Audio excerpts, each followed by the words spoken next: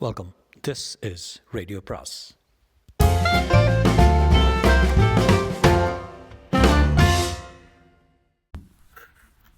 அனைவருக்கும் அன்பு வணக்கம். எஸ்ஏபியின் மலர்கின்ற பருவத்தில் அத்தியாயம் 3. குன்றின் சரிவில் எழுப்பப்பட்டுள்ள கோல்கொண்டா கோட்டையை சுற்றி பார்த்து கொண்டிருக்கையில் பிரீத்துக்கு ஒரே உற்சாகம். அவளுக்கு இயல்பான பரபரப்பு மட்டும் அதற்கு காரணம் அல்ல. அவர்களுக்கு முன்னால் போய்கொண்டிருந்த ஒரு பெரிய வடநாட்டு குடும்பத்துக்கு கோட்டையை பற்றிய விவரங்களை விளக்கி கொண்டிருந்தார் ஒரு வழிகாட்டி. அந்த குடும்பத்தை சேர்ந்த இளம் பெண்களும் பிரீத்துக்கும் நவீன உடையிலாகட்டும் கூந்தல் அலங்காரத்திலாகட்டும் அதிக வித்தியாசம் காணப்படாததால் பெல்பாட்டமாக சேர்ந்து கொண்டு வழிகாட்டி கூறுவதை கேட்பதும் ஒரு தகவலை தெரிந்து கொண்டவுடன் பின்னால் நடந்து வந்து கொண்டிருந்த நவமணியிடம் ஓடி வந்து வழிகாட்டி சொன்னதை ஒப்பிப்பதும் அவளுக்கு குதூகலத்தை தந்தது. நவி மேலபத்தியா கர்ச்சூரில் பொருத்தி இருக்கிறவெல்லாம் குழாய்க. அந்த காலத்திலே பிரமாதமாக தண்ணீர் சப்ளைக்கு ஏற்பாடு பண்ணியிருக்காங்க. பிரீத் இங்கே வாயேன். பிரீத் ஒரு வினாடி அங்கே நின்றால் தானே நவமணியின் குரல் அவள் காதில் விழ மறுமுறை வரிப்பணத்தை கஜானாவில் செலுத்தாம கோவில் கட்டி விட்டாராமே ராமதாஸோ யாரோ. 12 வருடம் அவரை அடைத்து வைத்திருந்த சிறை அதுவும் அங்கே இருக்கிறது. நவி பிரீத். நவமணிக்கு மூச்சு வாங்கிட்டு ரொம்ப களைப்பாக வருது பிரீத். அப்போதுதான் அவளது முகத்தை பார்த்த பிரீத் பதறி போய்விட்டு அடப்பாவுமே முன்னாடி சொல்கிறதே இல்லையா. ஒரு திருப்பத்தில் கற்சுவரின் ஓரத்தில் கொஞ்சம் நிழல் தென்பட்டது. உட்கார்ந்தார்கள். எப்படி வேர்த்து விட்டது பாரு. கைக்குட்டையால் நவமணியின் முகத்தை துடைத்து விட்டவள் பழுப்பு நிற காகித பையில் இருந்த சாத்துக்குடியில் 2 எடுத்து உரித்தாள். பழச்சாற்றின் இனிப்பும் ஈரமும் நவமணிக்கு சிறிது தெம்பை கொடுத்தன. உனக்கு? எனக்கு வேண்டாம். வாழைப்பழம் சாப்பிட்றியா? நவமணி தலையாட்டினாள். பச்சை நாடா அவளுக்கு பிடிக்காது. பெங்களூரை போல ஹைதராபாத்திலும் மலைப்பழம் கண்ணிலேயே தென்படுவதில்லை. இந்த சின்ன மலை ஏற முடியலையே உன்னால், கிழவி ஆயிட்டியா என்று பிரீத் கேலி செய்தபோது இரவு அத்தையை கவனித்து கொள்ள நேர்ந்ததை பற்றி நவமணி சொல்ல வேண்டியதாயிற்று. பிரீத் வாழைப்பழத்தை சாப்பிட்டு கொண்டே, உன்னை யார் ராத்திரியெல்லாம் கண் விழிக்க சொன்னாங்க? தன்னைத்தானே கவனிச்சு கொள்வது அவங்க அத்தைக்கு தெரியாதா? பெரிய ஃப்ளாரன்ஸ் நைட்டிங்கேல் ஆட்டம். ராத்திரி அவங்க கஷ்டப்படுறது உனக்கு என்ன தெரியும் என்றாள் நவமணி. இப்போது நீ கஷ்டப்படுறிய, அதுக்கு என்ன செய்கிறது என்றாள் பிரீத் வாழைப்பழ தோலை தூர எறிந்தபடி. உலகத்தில் யாராவது எங்கேயாவது கஷ்டப்பட்டுக்கிட்டு இருப்பாங்க, அதை பார்த்த முடியுமா? எல்லாருக்கும் உதவி செய்ய வேணும்னு நினச்சா நாம் தூங்க முடியாது. அப்படின்னா நீ பாட்டுக்கு சந்தோஷமாக இருக்க வேண்டியது தானே என்று புன்முறுவல் செய்தா நவமணி. எனக்கு கலப்பாக வருது, நீ ஏன் கவலைப்படுற? உன்னை போல ஒரு பைத்தியத்தை ஸ்நேகிதியை தேர்ந்தெடுத்து தொலைத்தானே, என்ன செய்கிறது? தலையில் அடித்து கொண்டாள் பிரீத். குன்றின் உச்சியில் மேடை மீது ஏறி நின்ற ஓர் ஆள் வழிகாட்டி மாதிரி இருந்தார். சுற்றி நின்றவர்களுக்கு எதையோ நிரூபித்து காட்டும் வகையில் கைகள் 2ஐயும் மெல்ல சுழற்றி விட்டு தலைக்கு மேல் வைத்து தட்டுவது தெரிந்தது. என்ன பண்ணுறார் இந்த மனிதரே என்றாள் பிரீத். அவள் குரலில் தெரிந்த ஏக்கத்தை நவமணி புரிந்து கொண்டாள். நான் இங்கே ஓய்வெடுத்துக்கிறேன், நீ உச்சி வரம் போய் பார்த்துட்டு வந்துடு. முதல் பிரீத் சம்மதிக்கவில்லை.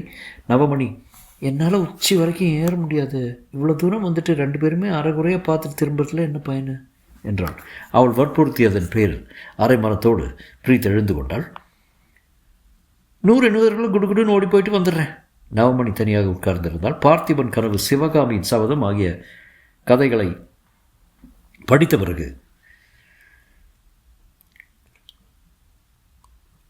மகாபலிபுரத்துக்கு போகும்போதெல்லாம் ஆயுன சிற்பியின் சிற்றுளி ஓசையும் சிவகாமியின் சதங்கை சத்தமும் கேட்பது போல இருக்கும் நவமணிக்கு. கோல்கொண்டா கோட்டையை பற்றி அவள் ஏதும் படித்ததில்லை. இருந்தாலும் என்னென்னவோ கற்பனைகள். குதிரைகளின் குளம்படி சத்தங்கள், வீரர்களின் அணிவகுப்புகள், ரத்தின கம்பளங்கள், வேலைப்பாட வைத்த பட்டுத்திரைகள், மெல்லிய சல்லா துணியால் மூடப்பட்ட அழகிய முகங்கள், வைரம் பதித்த தலைப்பாகைகள், பாராக்காரரின் சவால்கள், எக்கு உராயும் ஓசைகள். 100 வரைக்கும் எண்ணுவது எப்படி என்பதுதான் பிரீத்துக்கு மறந்து போய்விட்டதோ, அல்லது அவள் எதிர்பார்த்ததை காட்டிலும் பாதை செங்குத்தாக இருந்ததோ, அல்லது நவமணியின் தனிமை பூத கண்ணாடி போல் நேரத்தை பெரிதுபடுத்தி காட்டுகிறதோ. நவமணி ஈர்ப்பு கொள்ளவில்லை. சில நிமிட நேரம் ஒரு இடத்தில் உட்கார்ந்து களைப்பாறியதால் கிடைத்த தெம்பு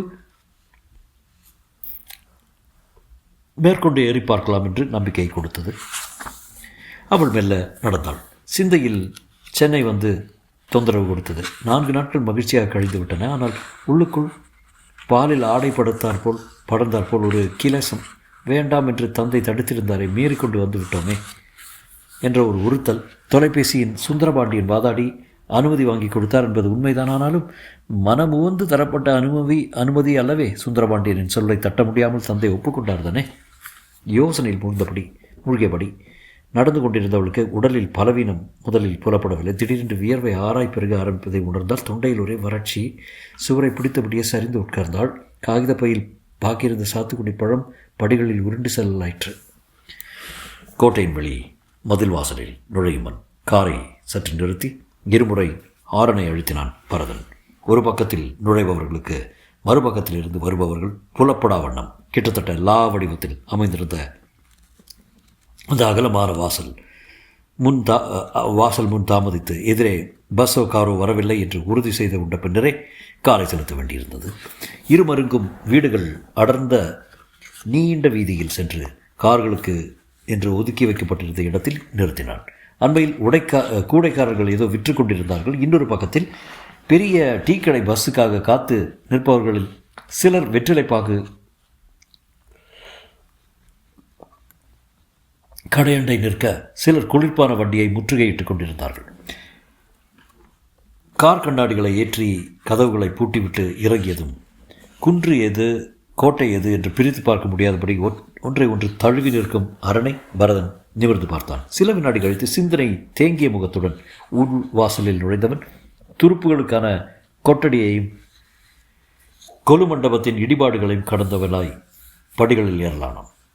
5 நிமிடம் நடந்திருப்பான். மஞ்சள் பந்து ஒன்று மேலிருந்து உருண்டு கொண்டு வந்து அவனை கடந்து செல்வது தெரிந்தது. பழைய நினைவுகளின் பிடியின் என்று விடுபட்டு கடந்து சென்று புரள் என்னதென்று அவன் அடையாளம் கண்டு கொண்டுவதற்கும் அது ஒரு திருப்பத்தை அடைந்து முகட்டை கடந்து ஒரு புதரில் விழுந்து பார்வையிலிருந்து மறைவதற்கும் சரியாக இருந்தது. பழக்கூடைக்காரி யாரேனும் நழுவ விட்டிருப்பாளோ அல்லது குழந்தை ஏதேனும் போட்டிருக்குமோ? நிமிர்ந்து மேலே பார்த்தான். மூடிய கண்கள், வேர்வையால் நனைந்த முகம், சோர்வின் வடிவாக சுவரில் சாய்ந்தபடி உட்கார்ந்திருக்கும் அந்த பெண்.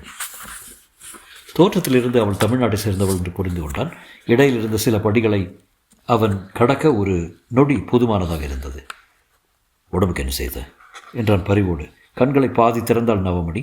முன்பின் தெரியாத அந்நியரிடம் உதவி கோருவது என்பது முழு உணர்வும் தன் வசம் இருந்தால் அவள் செய்யக்கூடிய காரியம் அல்ல. அவனது அனுமதியின்றியே அவள் உதடுகள் முணுமுணுத்தன. ரொம்ப தாகமாக இருக்கு. அவன் சுற்றுமுற்று பார்த்தான். இன்னும் கொஞ்சம் மேலே சிறிய துர்க்கை கோவில் ஒன்று இருப்பதாக ஞாபகம். பூசாரியிடம் தண்ணீர் கிடைக்கலாம். கிடைக்காவிட்டால் கீழே குடிநீர் தொட்டி உண்டு. சுத்தமாக இருக்குமோ என்னவோ.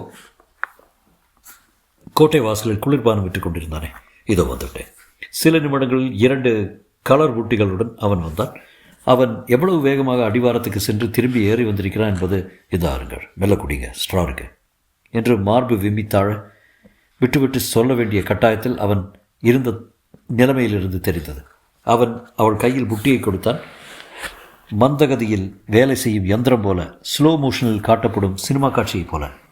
அவள் அதை வாங்கி கொண்டாள். ஸ்ட்ராவை மெல்ல பிடித்து உதடுகளில் பொருத்தி கொண்டு சற்றே தலையை நிவர்த்தி கொண்டு குடிக்கலானாள்.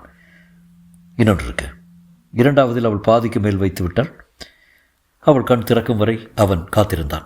அவளுக்கு அவன் உருவம் மசமசவென்று தெரிந்திருக்க வேண்டும். அவன் கேட்டான், தனியாக இருக்கிறீங்களே, கூட யாரும் வரலையா? அவள் ஈனக்குரலில், உச்சிக்கு போயிருக்கா, வந்துடுவா என்றான். அலட்டிக்கொள்ளாமல் அப்படியே கொஞ்ச நேரம் ஓய்வெடுத்துக்கங்க. அவன் புட்டிகளை எடுத்துக்கொண்டான். உடலை சூழ்ந்து கொண்டு விட்ட அசதி முழுக்க நீங்காவிட்டாலும் அவள் உணர்வு மீண்டு விட்டது. கலருக்கு பணம், பிரீத்தி வந்ததும் அதுக்கு என்ன பரவாயில்ல. பிரீத் வந்தபோது எழுந்து இப்படியும் அப்படியுமாக மெல்ல உலவும் அளவுக்கு நவமணிக்கு பலம் ஏற்பட்டிருந்தது. அவள் நடந்ததை விவரித்த போது பிரீத்துக்கு கலவரம் உண்டாகிவிட்டது. போக மாட்டேன்னு சொன்னவளை நீதானே பிடிச்சு தள்ளின என்றவள் நவமணி நெற்றியை தொட்டு பார்த்தாள். சூடவில்லை. முகத்தில் மட்டும் களைப்பு தெரிந்தது. பேசாமல் உட்கார்ந்துருக்க வேண்டித்தானே, உடம்பு சரியில்லைன்னு தெரிஞ்சுக்கும் போது எதுக்காக மேலே வர்ற? அவள் கேட்டதற்கு நவமணி பதில் சொல்லவில்லை. கலருக்கு காசு கொடுக்கலான்னு பார்த்தா டம்ப பையை நீ எடுத்துக்கொண்டு போயிட்டியே என்றாள். நான் எடுத்துக்கொண்டு போயிட்டேனா? இல்லையே. அதை காகித பைக்குள் வைத்துவிட்டு போயிருக்கிறாள். நவமணிக்கு அது தெரியாமல் போய்விட்டது. உதட்டை கடித்து கொண்டாள் அவள். வா பிரீத், எப்படி அவரை தேடி பிடிச்சி சில்லறை கொடுத்துடலாம். ஆஃப்டர் ஆல் ஒரு 70 பைசா சமாச்சாரம் தானே, இதுக்கு போய் 2 கலர் பிரீத். ₹1.40 சமாச்சாரம்.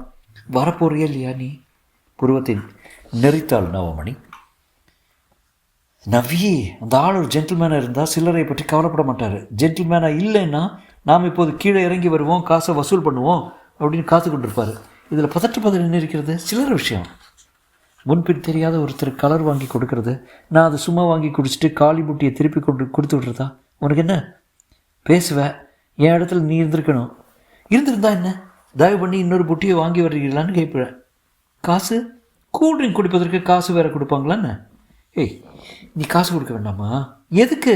எனக்கு உதவி செய்ய வாய்ப்பு கொடுத்தேனே, அது போதாதா? சரி சரி வா, அவர் நம்ம தேடிக்கிட்டு வர்றவருக்குள்ள ஓடி போயிடலாம். சே, நாசமாக போய் கொடுத்து விடலாம் என்கிறேன். விவாதத்தின் சுவாரஸ்யத்திலும் புறப்படுகிற அவசரத்திலும் ஒரு பொருளை எடுத்துக்கொள்ள மறந்து விட்டார்கள். டம்பப்பை. ஹோட்டல், பஸ் நின்று கொண்டிருந்த இடம், கார்களின் அணிவகுப்பு, வெற்றிலைப்பாக்கு கடை, மண்டபங்களின் கட்டைச்சுவர்கள். நவமணியின் கண்கள் துழாவின. அவன் எங்குமே தட்டுப்படவில்லை. பஸ்ஸை ஸ்டார்ட் பண்ண போகிறாங்க, வா என்றாள் பிரீத். இல்லை பிரீத், நவமணி புறப்பட தயாராக இல்லை. இன்னும் 5 நிமிஷம் பார்ப்போம். நேரமாக பிரீத்தின் கோபமும் தோழியின் ஏமாற்றமும் அதிகமாகிக் கொண்டே வந்தன. திடீரென்று அதோ என்றாள் நவமணி பிரீத்தின் தோளை பிடித்து திருப்பியவளாய். பாரதனின் காதில் அவள் குரல் விழுந்ததும் அவன் புன்னகை செய்தபடி அவர்களை நோக்கி வந்தான். களைப்புற்றிருந்த போது அவனை சரியாக கவனிக்கும் நிலையில் நவமணி இல்லை. இப்போதுதான் கவனித்தாள். அவனை பார்த்த மறுவினாடி உள்ளுக்குள் ஒரு கவலை முளைத்தது. பிரீத் அவள் முகத்தை துடைத்து விட்டாளே. பொட்டு கலைந்து போயிருக்குமோ, முகத்தில் வியர்வை வழிந்து கொண்டிருக்கிறதோ, மனம் படபடவென்று அடித்துக்கொள்வது அவளுக்கே தெரிந்தது. சிநேகிதியின் காதில் கிசுகிசுத்தாள். இவர்தான் அவர் பிரீத், பணத்தை கொடுத்துரு. பிரீத் கைகூப்பினாள். நவி சொன்னால் சரியான சமயத்தில் உதவி செய்தீங்க, ரொம்ப தேங்க்ஸ். கலருக்கு.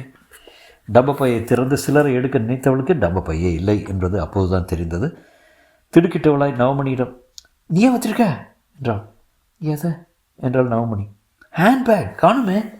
ஒரு வினாடி அங்கே நிரவிய மௌனம், திகைப்பின் சிகரத்தில் ஒருவரை ஒருவர் பார்த்து கொண்ட விதம். ஒரு நிமிடம் என்றது பாரதனின் குரல். உங்களை தேடிட்டு நான் மேலே போனேன், உங்களை காணோம். நீங்கள் உட்கார்ந்துருந்த இடத்துல இது இருந்தது. அவர்களுடைய டம்பப்பை. அப்பாடா, தேங்க்ஸ் தேங்க்ஸ் தேங்க்ஸ் தேங்க்ஸ். நவமணியின் முகத்தில் புன்னகை ஆரம்பிற்று. தொடரும்.